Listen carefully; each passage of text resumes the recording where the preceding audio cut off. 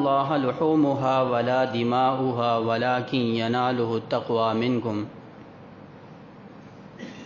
کہ اللہ تعالیٰ کو قربانی کے جانوروں کا نہ خون پہنچتا ہے اور نہ ہی اس کا گوشت پہنچتا ہے، وَلَٰكِن يَنَالُهُ التَّقْوَىٰ مِنكُمْ، لیکن اللہ تعالیٰ کو تمہاری طرف سے تقوی پہنچتا ہے۔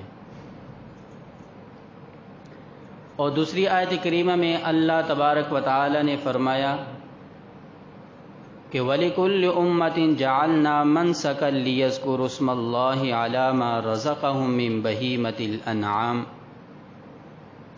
ہر امت کے لیے ہم نے منسکن قربانی مقرر کی ہے، اور ہر امت اپنے خاص ایام میں اس پر اللہ تعالیٰ کا نام بلند کرتی ہے۔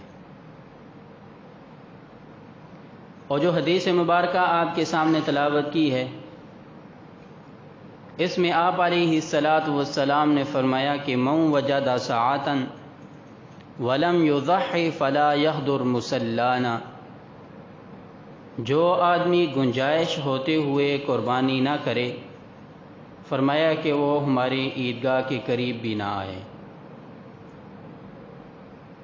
ان آیات اور اس حدیث مبارکہ کا تعلق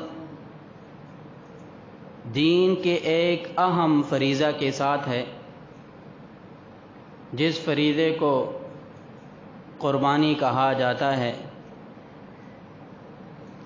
اب یہ قربانی کیا ہے؟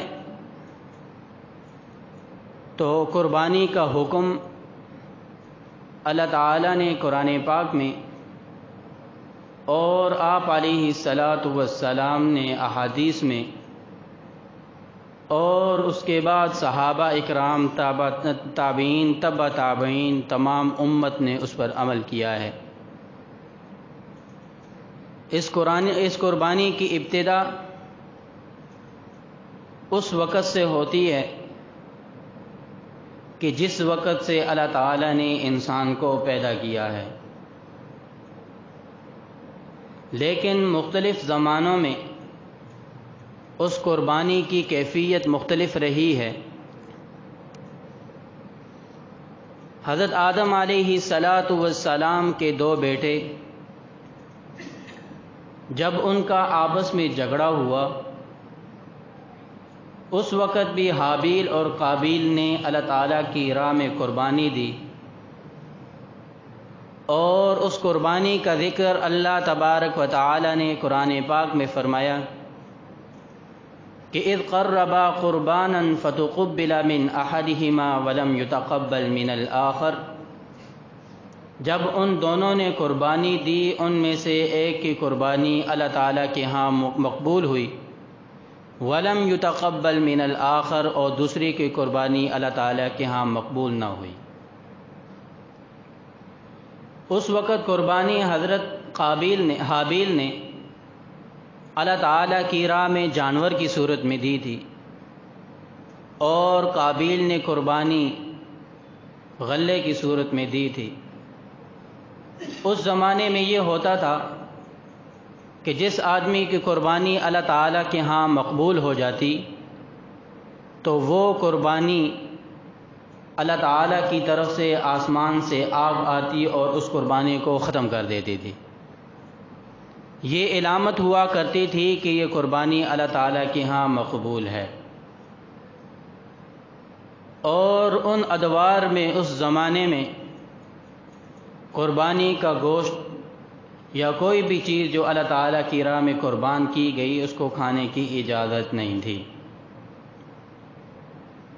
بہرحال یہ قربانی کا سلسلہ چلتا رہا، یہاں تک کہ حضرت موسیٰ علیہ الصلاۃ والسلام کے زمانے میں جب ایک شخص قتل ہوا، اس وقت بھی اللہ تعالیٰ نے اللہ تعالیٰ کی راہ میں قربانی کا حکم دیا تھا کہ تم ایک گائے ذبح کرو، جس کا ذکر اللہ تعالیٰ نے پہلے سپارے میں کیا ہے کہ وَإِذْ قَتَلْتُمْ نَفْسًا فَادَّارَأْتُمْ فِيهَا وَاللَّهُ مُخْرِجٌ مَّا كُنتُمْ تَكْتُمُونَ، جس وقت تم نے ایک شخص کو قتل کیا تو اللہ تعالیٰ اس راز کو کھولنا چاہتے تھے تو اللہ تعالیٰ نے ایک گائے قربان کرنے کا حکم دیا اور فرمایا کہ اس کا ایک حصہ اس مردے کے جسم کو مارو، جس کی وجہ سے وہ بولے گا کہ میرا قاتل کون ہے۔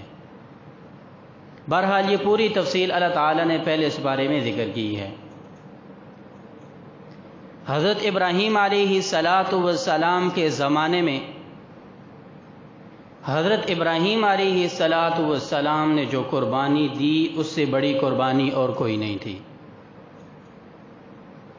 کہ اللہ تعالیٰ نے حضرت ابراہیم علیہ السلام کو کوئی جانور قربان کرنے کا حکم نہیں دیا تھا، کوئی غلہ قربان کرنے کا حکم نہیں دیا تھا، بلکہ اللہ تعالیٰ نے حضرت ابراہیم علیہ السلام کو اس بیٹے کی قربانی کا حکم دیا تھا کہ جو بیٹا اللہ تعالیٰ نے حضرت ابراہیم علیہ السلام کو 98 سال کی عمر میں دیا، اور بڑی دعاؤں کے بعد اللہ تعالیٰ نے حضرت ابراہیم علیہ السلام کو وہ بیٹا دیا تھا۔ اس سے بڑی قربانی اور کوئی نہیں تھی۔ پھر اللہ تعالیٰ نے اس کے فدیے میں جانور اللہ تعالیٰ نے جنت سے بھیجا، فرمایا کہ وَفَدَيْنَاهُ بِذِبْحٍ عَظِيمٍ، اللہ تعالیٰ نے اپنی طرف سے اس فدیے میں ایک عظیم جانور قربانی کے طور پر بھیجا تھا۔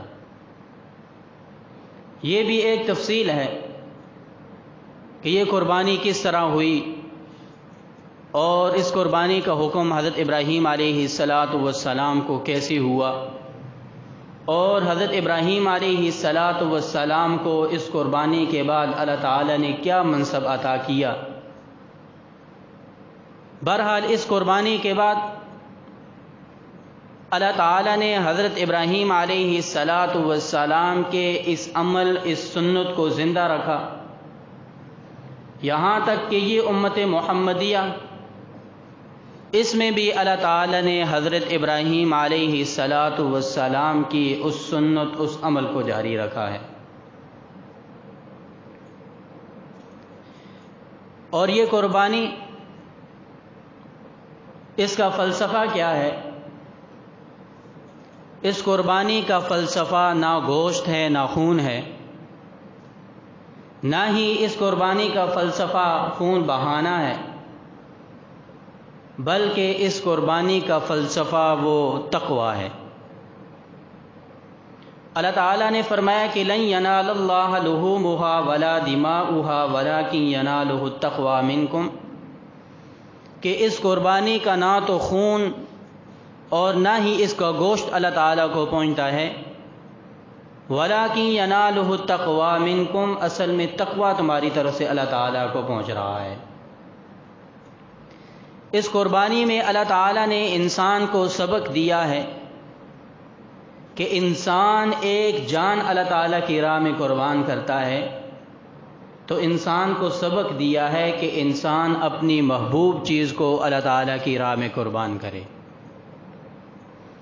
جس طرح کہ دوسری آیت کریمہ میں اللہ تعالیٰ نے فرمایا کہ لن تنالوا البر حتى تنفقوا مما تحبون، تم اس وقت تک کامل مومن نہیں ہو سکتے جب تک تم اپنی سب سے محبوب چیز کو اللہ تعالیٰ کے راستے میں خرچ نہ کر دو۔ اور اسی طرح حدیث مبارکہ میں آپ علیہ السلام نے فرمایا کہ جو آدمی وسعت ہوتے ہوئے قربانی نہ کرے، فرمایا کہ فلا یحضر مصلانا، وہ ہماری عیدگاہ کے قریب بھی نہ آئے۔ یعنی آپ علیہ السلام نے ناراضگی کا اظہار فرمایا اس شخص سے کہ جو وسعت ہوتے ہوئے، گنجائش ہوتے ہوئے قربانی نہ کرے۔ اللہ تعالیٰ کے رسول نے سخت ناراضگی کا اظہار فرمایا،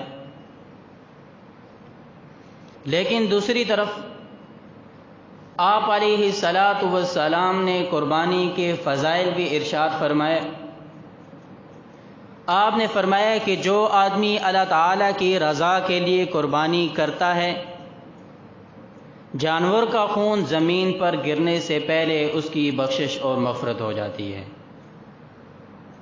کتنا بڑا مقام ہے کہ انسان چند ہزار روپے خرچ کر کے اپنی مغفرت کرا لے، اس کو اور کیا چاہیے۔ اور اسی طرح آپ علیہ الصلاۃ والسلام نے فرمایا کہ جو آدمی قربانی کرتا ہے، جانور کے جسم پر جتنے بال ہیں ہر بال کے بدلے میں اس کے لیے نیکی لکھی جاتی ہے۔ صحابہ اکرام رضی اللہ تعالیٰ عنہم اجمعین نے سوال کیا کہ بعض جانور ایسے ہوتے ہیں کہ جن کے جسم پر اون ہوتی ہے اور اس اون میں ایک کثیر تعداد بالوں کی ہوتی ہے، کیا اس میں بھی ہر بال کے بدلے میں ثواب ملے گا، نیکی ملے گی؟ آپ نے فرمایا کہ قربانی کے جانوروں کے جسم پر جتنے بھی بال ہیں ہر بال کے بارے میں بدلے میں تمہارے لیے نیکی لکھی جائے گی۔ اتنا بڑا اجر اللہ تعالیٰ اس قربانی پر دے رہے ہیں۔ اور روایات میں یہ بھی آتا ہے، آپ علیہ الصلاۃ والسلام نے فرمایا کہ جو آدمی قربانی کرتا ہے، پل صراط پر یہ قربانی کا جانور اس کے لیے سواری بنے گا۔ پل صراط کے بارے میں آپ علیہ الصلاۃ والسلام نے فرمایا کہ اتنا باریک ہے، اور اس کی شدت مختلف روایات میں آپ نے بیان کی ہے۔ اس پل صراط پر گزرنے میں اگر آسانی پیدا ہوگی، فرمایا کہ وہ قربانی کا جانور ہے۔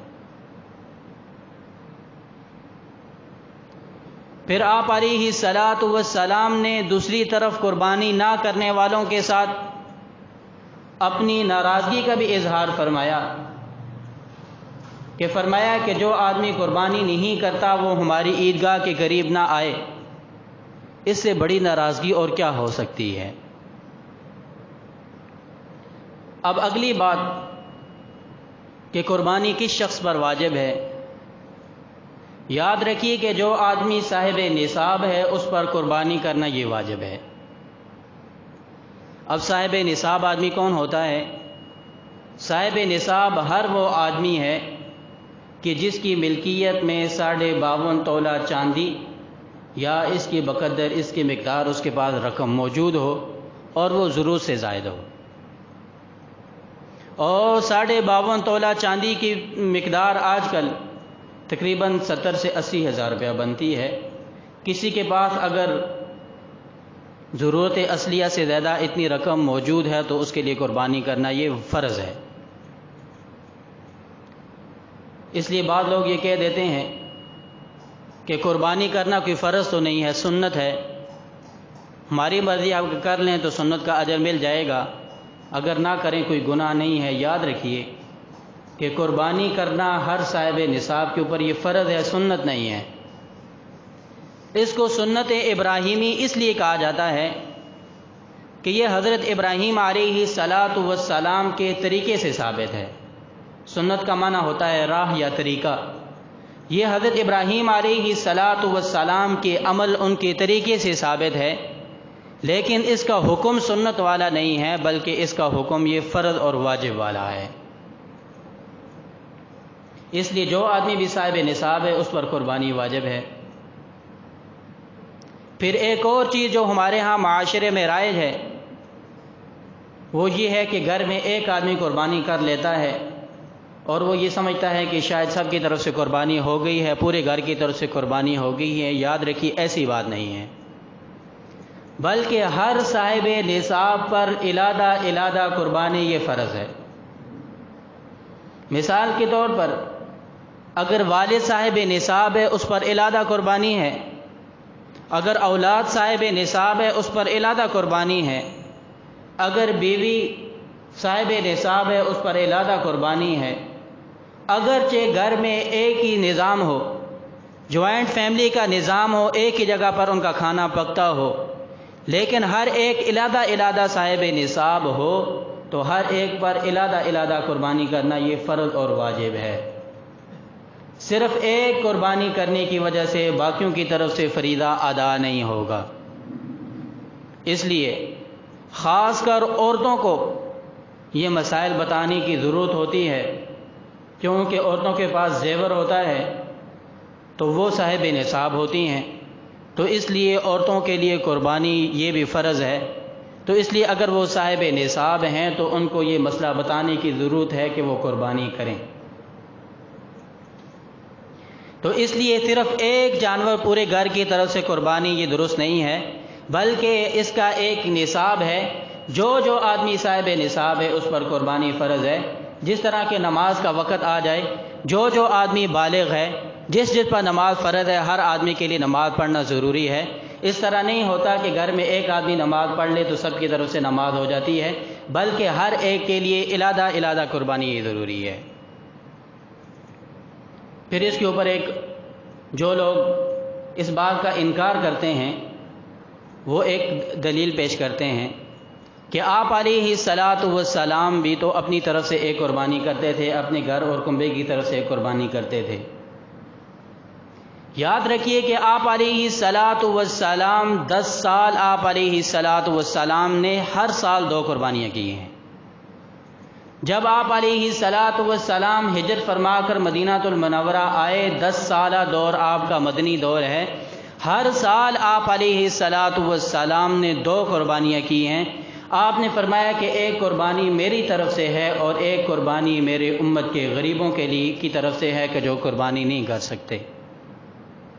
وہاں پر آپ علیہ الصلاۃ والسلام نے اگر ایک قربانی کی ہے تو اس کو سمجھنے کی ضرورت ہے کہ آپ علیہ الصلاۃ والسلام نے جو قربانی کی ہے فرض ہونے کی وجہ سے نہیں، کیونکہ آپ علیہ الصلاۃ والسلام نے کبھی اپنے پاس اتنا مال رکھا ہی نہیں ہے کہ آپ صاحب نصاب ہوں۔ روایات میں سیدہ عائشہ صدیقہ رضی اللہ تعالیٰ عنہا فرماتی ہیں کہ آپ علیہ الصلاۃ والسلام کے گھر میں بعض دفعہ ایک مہینہ چولہا نہیں جلتا تھا۔ ہم کھجور پر اور پانی پر گزارا کرتے تھے۔ جس گھر میں کھجور اور پانی پر گزارا ہو رہا ہو وہ آدمی صاحب نصاب کیسے ہو سکتا ہے؟ اس لیے آپ علیہ الصلاۃ والسلام کی ایک قربانی کو دلیل بنانا کہ آپ صرف ایک قربانی کرتے تھے اپنی طرف سے، یاد رکھیے کہ وہ فرض قربانی نہیں ہوتی تھی، بلکہ آپ علیہ الصلاۃ والسلام قربانی جو کیا کرتے تھے اپنی خوشی سے قربانی کرتے تھے، کوئی فرض نہیں تھی، صاحب نصاب ہونے کی وجہ سے قربانی نہیں تھی۔ پھر ایک اور دلیل پیش کی جاتی ہے، روایات میں آتا ہے کہ حضرت ابو بکر صدیق اور حضرت عمر فاروق رضی اللہ تعالیٰ عنہما وہ قربانی نہیں کرتے تھے۔ ان سے کسی نے پوچھا کہ آپ قربانی کیوں نہیں کرتے؟ انہوں نے یہ کہا کہ ہم اس لیے قربانی نہیں کرتے کہیں لوگ ہمیں دیکھ کر قربانی کرنا نہ شروع ہو جائیں۔ اب اس بات کو دلیل بنا کر لوگ کہتے ہیں قربانی فرض نہیں ہے۔ اگر قربانی فرض ہوتی تو حضرت ابو بکر صدیق، حضرت عمر فاروق بھی قربانی کرتے۔ انہوں نے یہ کہا کہ ہم قربانی اس لیے نہیں کرتے کہیں لوگ اس کو ضروری نہ سمجھ لیں، لیکن اس حدیث کو نہ سمجھنے کی وجہ سے لوگوں کو اشکال پیدا ہوتا ہے۔ اصل میں حضرت ابو بکر صدیق اور حضرت عمر فاروق رضی اللہ تعالیٰ عنہما قربانی اس لیے نہیں کرتے تھے کہ وہ صاحب نصاب نہیں تھے۔ انہوں نے اپنا سارا مال آپ علیہ الصلاۃ والسلام پر دین پر لٹا دیا تھا۔ پھر جب حضرت ابو بکر صدیق رضی اللہ تعالیٰ عنہ کا دور خلافت آیا، وہ بالکل معمولی سی تنخواہ بیت المال سے لیتے تھے۔ جس طرح کہ ایک واقعہ مشہور ہے، ایک دفعہ ان کی گھر والی، ان کی بیوی نے یہ کہا کہ کچھ میٹھا کھانے کا دل کر رہا ہے، تو انہوں نے تنخواہ میں سے تھوڑے تھوڑے پیسے جوڑ کر، یعنی تھوڑے تھوڑے پیسے جوڑے، اور کچھ وقت کے بعد انہوں نے کوئی میٹھا بنایا اور حضرت ابو بکر صدیق رضی اللہ تعالیٰ عنہ کے سامنے پیش کیا۔ حضرت ابو بکر صدیق رضی اللہ تعالیٰ عنہ نے پوچھا کہ یہ میٹھا کہاں سے آیا؟ تو ان کی بیوی نے یہ کہا کہ یہ تنخواہ میں سے میں نے تھوڑا تھوڑا بچا کر یہ میٹھا بنایا ہے۔ جواب میں حضرت ابو بکر صدیق رضی اللہ تعالیٰ عنہ نے فرمایا کہ اس کا مطلب ہے کہ یہ میں تنخواہ جو زیادہ لے رہا ہوں تو اس سے کم میں میرا گزارا ہو سکتا تھا۔ بیت المال میں سے جو میں تنخواہ لے رہا ہوں اتنا اگر ہم نے بچا کر میٹھا بنایا ہے تو اس کا مطلب یہ ہے کہ اتنی تنخواہ میں بیت المال سے زیادہ لے رہا ہوں۔ تو انہوں نے اپنا وظیفہ اتنا کم کر دیا۔ اس سے آپ اندازہ لگائیں کہ حضرت ابو بکر صدیق رضی اللہ تعالیٰ عنہ بیت المال سے صرف اتنا وظیفہ لیتے تھے کہ ان کا مہینہ بڑی مشکل سے گزرتا تھا۔ تو کیا ایسا آدمی صاحب نصاب ہو سکتا ہے؟ کیا ایسے آدمی کے اوپر قربانی فرض ہو سکتی ہے؟ پھر حضرت ابو بکر صدیق کا یہ فرمانا کہ ہم قربانی اس لیے نہیں کرتے کہیں لوگ قربانی نہ کرنا شروع ہو جائیں، ان کا مطلب یہ تھا کہ ہم خلیفہ ہیں اور لوگ خلیفہ کو دیکھ کر اس کی تابعداری کرتے ہیں، ہم اگرچہ صاحب نصاب نہیں ہیں اور ہم صاحب نصاب نہ ہو کر قربانی کریں تو کہیں کل غریب لوگوں کے اوپر مشقت نہ آ جائے کہ وہ بھی قربانی کرنا شروع ہو جائیں۔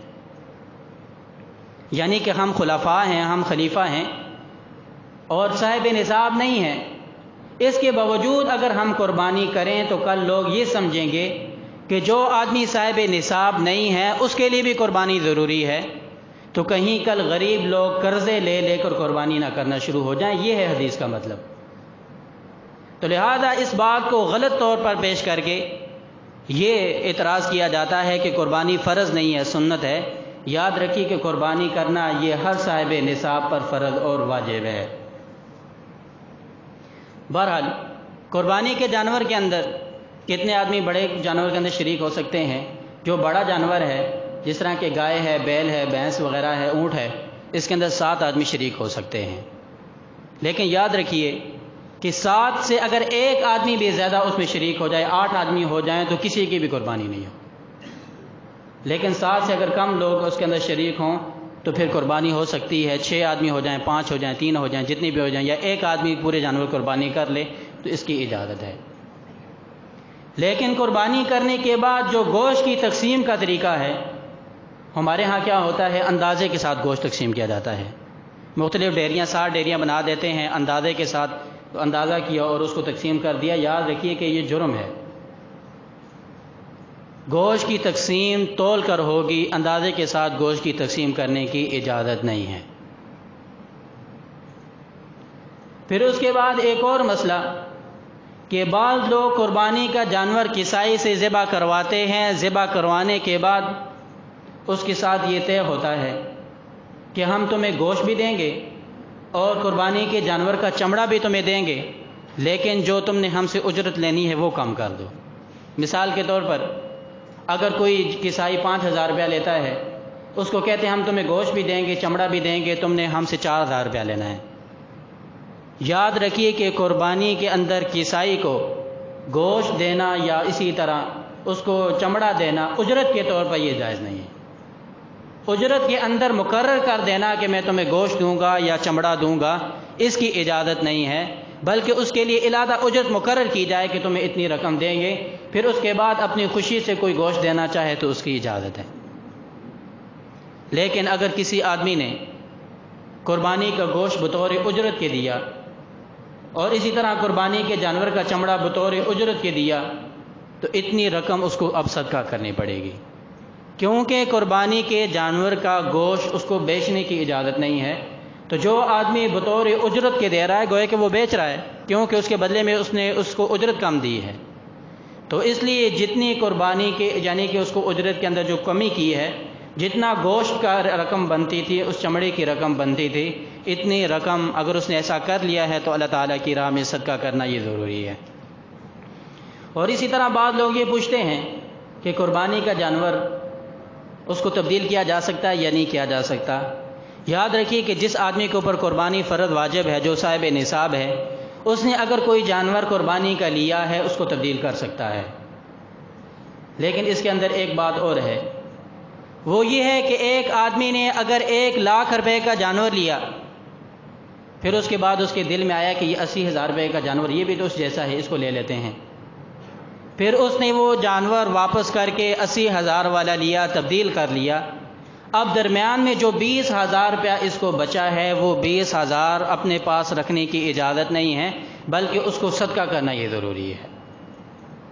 اس کی وجہ یہ ہے کہ جس وقت اس نے پہلا جانور خریدا تھا 1,00,000 روپیہ وہ اللہ تعالیٰ کی راہ میں قربان کر چکا تھا، اللہ تعالیٰ کی راہ میں وہ اتنی رقم دے چکا تھا۔ اب اگر وہ جانور تبدیل کر رہا ہے تو وہ بقایا پیسے وہ جو اللہ تعالیٰ کی راہ میں دے چکا ہے اس کو واپس لینے کی اجازت نہیں ہے۔ تو لہذا جو پیسے اب اس کو بچ گئے ہیں ان کو اللہ تعالیٰ کی راہ میں صدقہ کرے گا، پاس نہیں رکھے گا۔ اور قربانی کے جانور کے اندر بعض عیوب ہوتے ہیں جن کی وجہ سے قربانی کرنا اس جانور کی جائز نہیں ہے۔ مثال کے طور پر اگر کوئی قربانی کا جانور سینگ ہے، اگر اس کا ٹوٹا ہوا ہے یا پیدائشی طور پر اس کا سینگ نہیں ہے تو ایسے جانور کی قربانی جائز ہے، لیکن اگر اس کا سینگ جڑ سے اکھڑ گیا ہے پھر اس کی قربانی کرنا یہ جائز نہیں ہے۔ اسی طرح اگر قربانی کا جانور اس کا کان اگر کٹا ہوا ہے پھر یہ دیکھا جائے گا کہ کتنا کان کٹا ہے۔ اگر 1/3 یا 1/3 سے زیادہ کان اس کا کٹا ہوا ہے پھر اس کی قربانی جائز نہیں ہے۔ اگر 1/3 1/3 سے کم اگر اس کا کان کٹا ہوا ہے پھر قربانی کرنا جائز ہے۔ لیکن اگر کسی قربانی کے جانور کا کان کٹا ہوا تو نہیں ہے، کوئی حصہ اس سے علیحدہ نہیں ہے، لیکن وہ درمیان سے چرا ہوا ہے، بعض جانور کا جو ہے کان درمیان سے چر جاتا ہے، دونوں حصے علیحدہ علیحدہ ہو جاتے ہیں، 2 حصوں میں تقسیم ہو جاتا ہے، لیکن وہ حصہ اس کے جسم سے علیحدہ نہیں ہوا لیکن درمیان سے چر گیا ہے، تو ایسے جانور کی قربانی جائز ہے۔ اگر اس سے کچھ حصہ کان سے غائب ہو یعنی ٹوٹ کر علیحدہ ہو جائے، پھر اگر 1/3 یا 1/3 سے زیادہ حصہ کان سے علیحدہ ہو گیا پھر اس جانور کی قربانی جائز نہیں ہوگی، اگر اس سے کم ہو تو پھر قربانی جائز ہوگی۔ اور اسی طرح اگر کوئی جانور وہ کانا ہے یا اس کی نظر کمزور ہے تو اس جانور کی قربانی کرنا یہ جائز نہیں ہے۔ کانا کی تو بالکل قربانی جائز نہیں ہے، لیکن اگر کسی جانور کی نظر کمزور ہے تو اس میں یہ دیکھا جائے گا کہ اگر 1/3 اس کی نظر یا اس سے زیادہ نظر چلی گئی ہے تو پھر اس کی قربانی نہیں ہوگی۔ 1/3 سے کم اگر اس کی نظر گئی ہے تو پھر اس صورت میں اس کی قربانی کرنا یہ جائز ہے۔ اب ہمیں کیسے پتہ چلے گا کہ اس کی اتنی نظر کم ہے؟ تو اس کے لیے طریقہ کار یہ فقہاء کرام نے یہ ذکر کیا ہے کہ انسان دور سے اس کے آگے چارہ پکڑے، دور اس کو کھڑا کرے اور یہ اس کو آہستہ آہستہ قریب لائے، اور جانور کی عادت ہوتی ہے کہ جب وہ چارے کو دیکھتا ہے تو چارے کی طرف بھاگ کر جاتا ہے۔ اس کو آہستہ آہستہ قریب لائے، پھر اندازہ کرے کہ کتنا دور سے اس نے چارے کو دیکھا ہے، کتنا دور سے اس نے چارے کو دیکھا ہے۔ پھر ایک صحیح سلامت جانور جس کی نظر ٹھیک ہے اس کو دور کھڑا کیا جائے کہ وہ کتنی دوری سے اس چارے کو دیکھ لیتا ہے۔ اس سے اندازہ لگایا جا سکتا ہے کہ صحیح سلامت جانور کتنی دوری سے چارے کو دیکھتا ہے اور جس کی نظر میں کمزوری ہے وہ کتنی دوری سے چارے کو دیکھتا ہے۔ اس سے اندازہ لگایا جا سکتا ہے کہ اس کی نظر کتنی کمزور ہے۔ اور اسی طرح اگر کسی جانور کے دانت ٹوٹے ہوئے ہیں، اگر آدھے سے کم دانت اس کے ٹوٹے ہوئے ہیں پھر قربانی جائز ہے، لیکن اگر آدھے سے زیادہ دانت اس کے ٹوٹے ہوئے ہیں یا پیدائشی طور پر اس کے دانت نہیں ہیں تو ایسے جانور کی قربانی کرنا یہ جائز نہیں ہے۔ پھر ایک اور بات کہ آج کل جس طرح لوگ قربانی کا جانور لینے کے لیے جاتے ہیں تو اس کے دانت چیک کرتے ہیں کہ یہ 2 دندہ ہے یا نہیں۔ یاد رکھیے کہ شریعت کے اندر 2 دانت یہ پیمانہ نہیں ہے کہ کسی جانور کے 2 دانت ہوں تو اس سے یہ پتہ چلے گا کہ اس کی عمر پوری ہے۔ یہ شریعت کا ہاں پیمانہ نہیں ہے، بلکہ شریعت کے ہاں پیمانہ عمر ہے۔ اگر بڑے جانور کی عمر، گائے بیل جو ہے ان کی بھینس وغیرہ، ان کی عمر 2 سال ہونا ضروری ہے، 2 سال سے اگر 1 دن بھی کم ہو تو قربانی نہیں ہوگی۔ تو اس لیے اگر عمر پوری ہے، دانت اگرچہ بھی نہیں نکلے تو اس کی قربانی یہ جائز ہے۔ اور اسی طرح چھوٹا جانور بکری وغیرہ اور یہ بکرا وغیرہ ہے، یہ جو دمبا ہے، ان کی 1 سال عمر ہونا یہ ضروری ہے۔ دمبا جو ہے وہ 6 ماہ کا بھی چل جاتا ہے، 6 ماہ کا بھی ہو اس کی بھی قربانی ہو جاتی ہے۔ اور اسی طرح جو اونٹ ہے اس کی کم از کم 5 سال عمر ہونا یہ ضروری ہے، اگر 1 دن بھی کم ہو تو اس کی قربانی یہ جائز نہیں ہوگی۔ پھر اسی طرح اگر کوئی جانور کمزور ہے، لاغر ہے، تو وہ قربان گاہ تک چل کر نہیں جا سکتا، اس جانور کی قربانی یہ جائز نہیں ہے، یہ اس کے اندر عیب ہے۔ اور اسی طرح اگر کوئی جانور لنگڑا ہے، 1 پاؤں اس کا کام نہیں کرتا، پھر اس میں یہ دیکھا جائے گا کہ چلتے وقت وہ چوتھے پاؤں کو زمین پر لگاتا ہے یا نہیں، اس کے ساتھ سہارا لیتا ہے یا نہیں، اس کے اوپر کچھ نہ کچھ ٹیک دیتا ہے یا نہیں۔ اگر وہ چلتے وقت اس کے اوپر کچھ نہ کچھ سہارا دیتا ہے تو ایسے جانور کی قربانی جائز ہے، لیکن اگر 1 پاؤں بالکل اس کے اوپر وہ اپنا بوجھ نہیں ڈال سکتا، کچھ سہارا نہیں دے سکتا، تو ایسے جانور کی قربانی کرنا یہ جائز نہیں ہے۔ اور اسی طرح اگر کوئی خصی جانور ہے تو خصی جانور کی قربانی کرنا صرف جائز نہیں بلکہ افضل ہے۔ آپ علیہ الصلاۃ والسلام ہر سال 2 مینڈوں کی قربانی کرتے تھے اور دونوں خصی ہوتے تھے۔ اس کے اندر فضیلت زیادہ ہے، کیونکہ جو خصی جانور ہوتا ہے وہ فربا ہوتا ہے اور وہ یہ موٹا جانور ہوتا ہے، تو اس لیے ایسے جانور کی قربانی کرنا یہ افضل ہے، کیونکہ آپ علیہ الصلاۃ والسلام نے ایسے جانور کی قربانی کی ہے۔ پھر اسی طرح کہ بعض لوگ باہر کے ملکوں میں ہوتے ہیں، وہ رقم بیچ دیتے ہیں کہ ہماری بھی قربانی کر لی جائے، تو اس میں قربانی کے دن کا اعتبار ہوگا کہ اب اس میں بعض لوگ پوچھتے ہیں کہ کون سے دن کا اعتبار ہوگا، جہاں آدمی موجود ہے اس دن کا اعتبار ہوگا یا جہاں پر قربانی کی جا رہی ہے اس دن کا اعتبار ہوگا۔ مثال کے طور پر سعودیہ عربیہ میں ایک دن عید پہلے ہوتی ہے، اگر کوئی آدمی سعودیہ میں رہتا ہے، وہاں سے رقم بیچتا ہے پاکستان کہ میری بھی قربانی کر لینا، تو اس صورت میں کوئی آدمی یہ کہے کہ ان کی تو بلکہ وہ آدمی پاکستان میں اپنے اعتبار سے تیسرے دن قربانی کرے تو قربانی نہیں ہوگی۔ پاکستان میں اگر وہ اپنے اعتبار سے تیسرے دن قربانی کرے تو نہیں ہوگی، کیونکہ پاکستان میں عید کا تیسرا دن ہوگا، سعودیہ میں عید ختم ہو چکی ہوگی۔ تو اس لیے قربانی کرنے میں قربانی کے جانور کے مکان کا اعتبار نہیں ہے، بلکہ اس آدمی کے مکان کا اعتبار ہے جہاں پر وہ آدمی ہے۔ اس لیے جہاں پر وہ آدمی ہے جب تک اس جگہ پر عید ہے تو اس وقت تک وہ جانور قربان کیا جا سکتا ہے، لیکن اس سے آگے پیچھے یعنی جانور قربان کرنے کی اجازت نہیں ہے۔ پھر اسی طرح جس طرح کہ قربانی کی فرضیت کے بارے میں ابھی بات کی ہے کہ قربانی ہر صاحب نصاب پر فرض ہے، ہر صاحب نصاب پر فرض ہے۔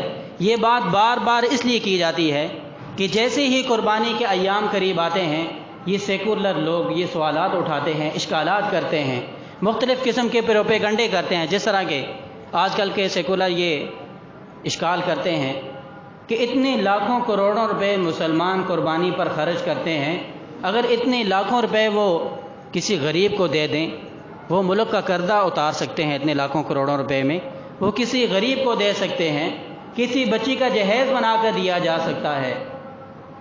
ان سے سوال ہے کہ یہ صرف انہوں نے قربانی کے بارے میں ان کو یہ جو ہے فضول خرچی نظر آتی ہے، ان کو صرف قربانی فضول خرچی نظر آتی ہے۔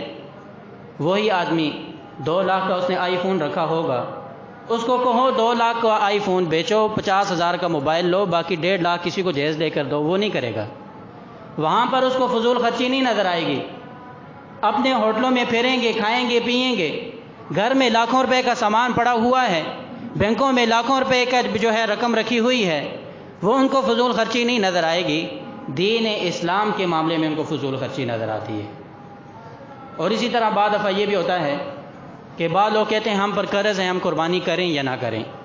یاد رکھیے کہ قرض کی 2 صورتیں ہیں، ایک یہ ہے کہ اس نے کسی کو قرض دیا ہے، اس سے لینا ہے، اور دوسری صورت یہ ہے کہ اس پر کسی کا قرض ہے، اس نے کسی کو دینا ہے۔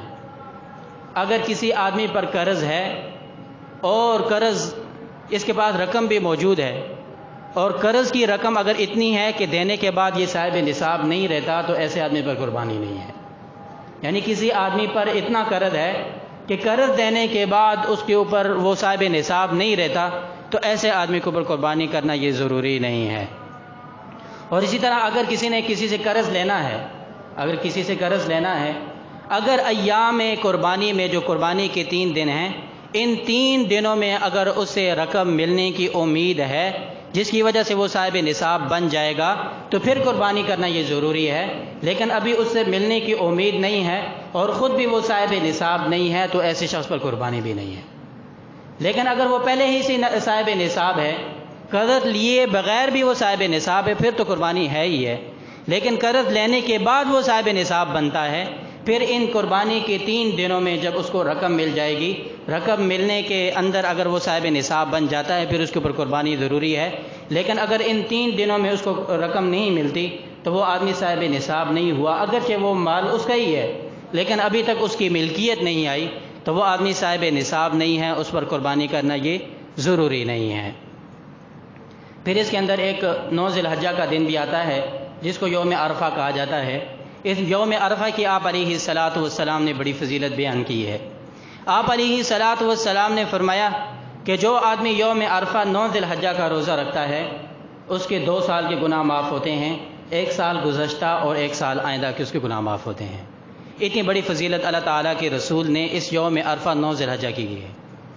ایک یہودی عالم حضرت عمر فاروق رضی اللہ تعالیٰ عنہ کے پاس آیا اور اس نے آ کر حضرت عمر فاروق رضی اللہ تعالیٰ عنہ کو یہ کہا کہ آپ کے قرآن میں ایک آیت ایسی ہے، اگر یہ آیت ہم پر نازل ہوتی تو ہم اس دن کو عید کا دن بناتے، اور وہ آیت الیوم اکملت لکم دینکم واتممت علیکم نعمتی ورضیت لکم الاسلام دینا، آج کے دن ہم نے تمہارے دین کو مکمل کر لیا ہے، تمہارے لیے اگر ہم نے کوئی دین پسند کیا ہے وہ دین اسلام ہے۔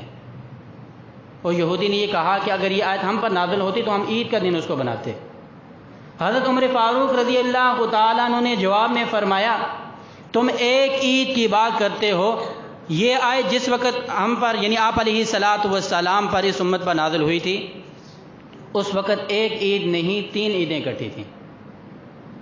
یہ یوم عرفہ کا دن تھا، 9 ذی الحجہ کا دن تھا، یہ بھی ہمارے ہاں عید ہے، اور یہ جمعے کا دن تھا، یہ بھی ہمارے لیے عید ہے، اور عصر کی نماز کے بعد کا وقت تھا، یہ بھی ہمارے ہاں مقبولیت کا وقت ہے، اور عرفات کا میدان تھا، وہاں پر آپ علیہ الصلاۃ والسلام پر نازل ہوئی ہے، تم ایک عید کی بات کرتے ہو، تو یہ جس وقت آیت ہم پر نازل ہوئی تھی تو اس وقت ہماری 3 عیدیں اکٹھی ہوئی تھیں، اس لیے اس دن کے اندر خصوصی طور پر روزہ رکھیں۔ 9 ذی الحجہ کو جو ہے یوم عرفہ اس کو کہا جاتا ہے، تو کوشش کرے انسان روزہ رکھے تاکہ 2 سال کے روزوں کا اجر اس کو مل سکے، 2 سال کے گناہ اس کے معاف ہو سکیں۔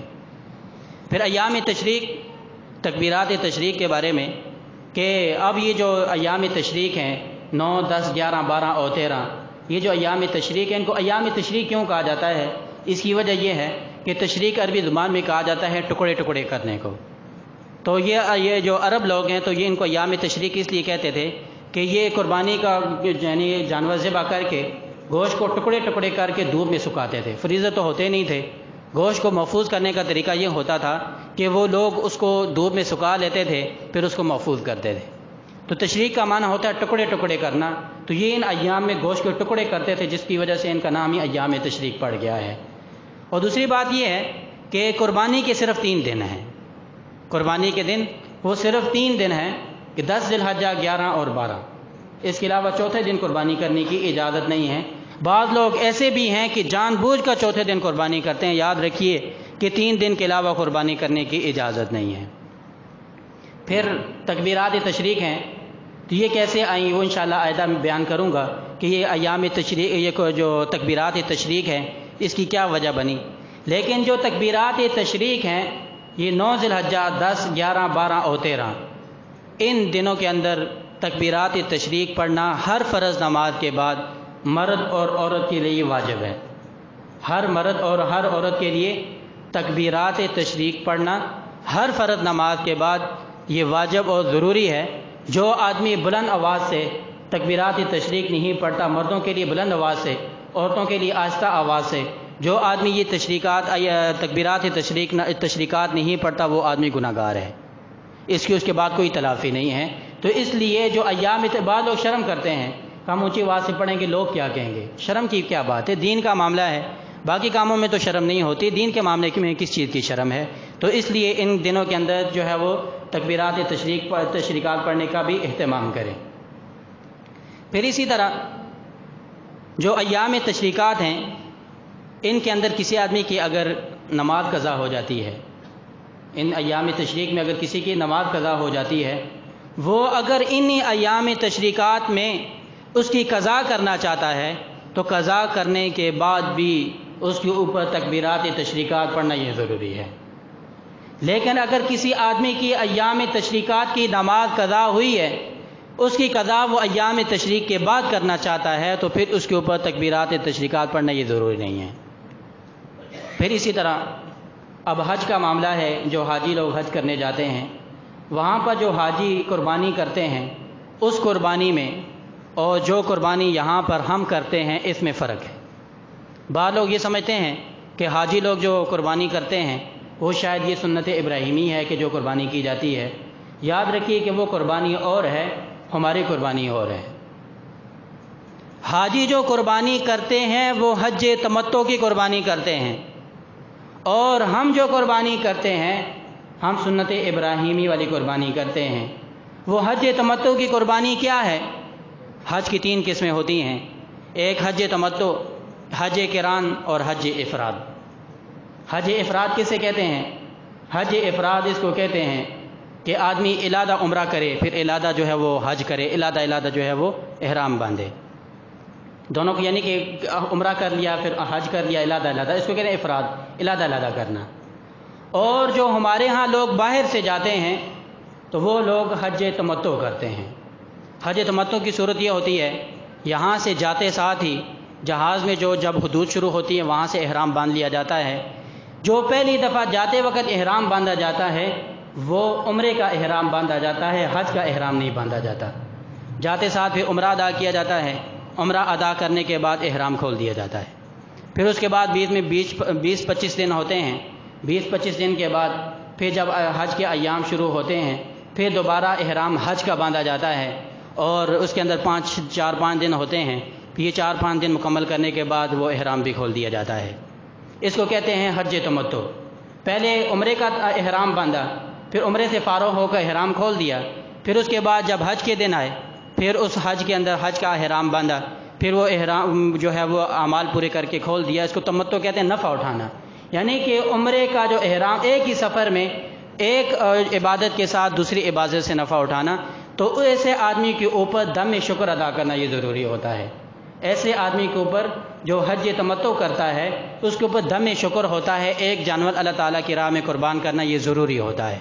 تو اس لیے جو حاجی وہاں پر قربانی کرتے ہیں تو وہ سنت ابراہیمی والی نہیں ہوتی، وہ دم شکر ہوتا ہے حج تمتع کرنے کی وجہ سے۔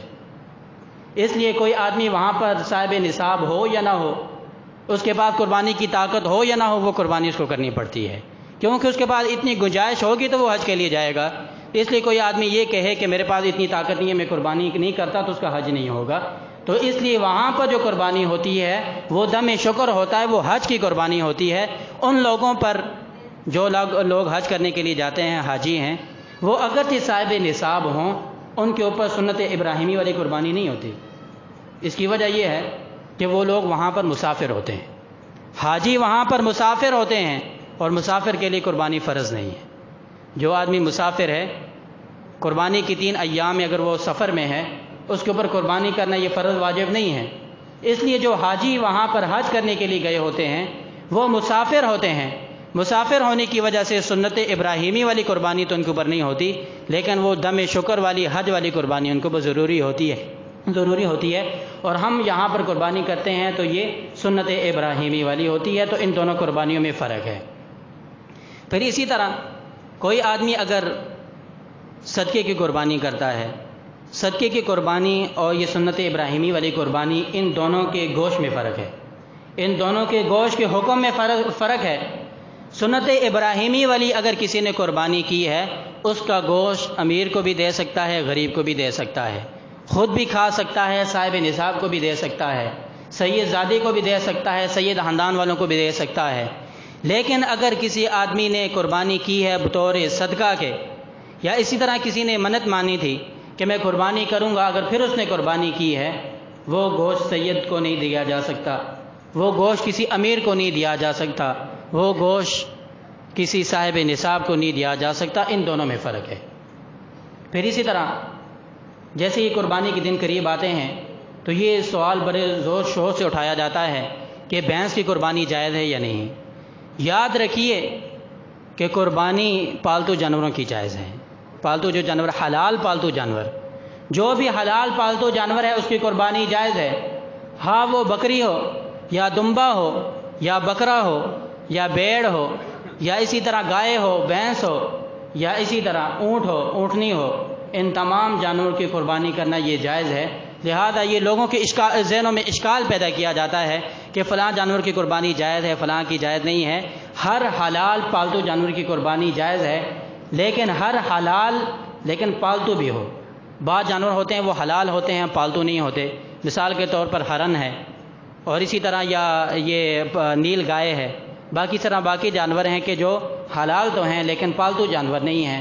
تو ایسے جانوروں کی قربانی کرنا جائز نہیں ہے، حلال ہیں، ان کو جو ہے ذبح کر کے کھایا جا سکتا ہے، لیکن ان کی قربانی کرنا یہ جائز نہیں ہے۔ اور اسی طرح اگر بعض جانور وہ پالتو تو ہوتے ہیں لیکن حلال نہیں ہوتے، ایسے جانوروں کی قربانی بھی جائز نہیں ہے۔ مثال کے طور پر گھوڑا ہے، اب یہ اگرچہ پالتو ہیں تو اس کی حلیت کے اندر جو ہے فقہاء کا اختلاف ہے، بعد پہلے اس کی اجازت تھی، بعد اس کے گوشت کھانے سے منع کیا گیا۔ اس کو ذبح کرنے سے منع کیا گیا کہ کیونکہ یہ گھوڑے جو ہیں یہ جہاد میں استعمال ہوتے تھے، یہ گھوڑے جہاد میں استعمال ہوتے تھے، آپ علیہ الصلوۃ والسلام نے ان کو ذبح کرنے سے منع کیا تھا، تو لہٰذا اس کی حلیت و حرمت میں اختلاف ہونے کی وجہ سے گھوڑے کی قربانی نہیں کی جا سکتی۔ یہ اگرچہ پالتو جانور ہے لیکن حلال اور حرام کے اندر اختلاف کی وجہ سے اس جانور کی قربانی نہیں کی جا سکتی۔ بقایا انشاءاللہ آئندہ عرض کروں گا۔ وآخر دعوانا الحمدللہ۔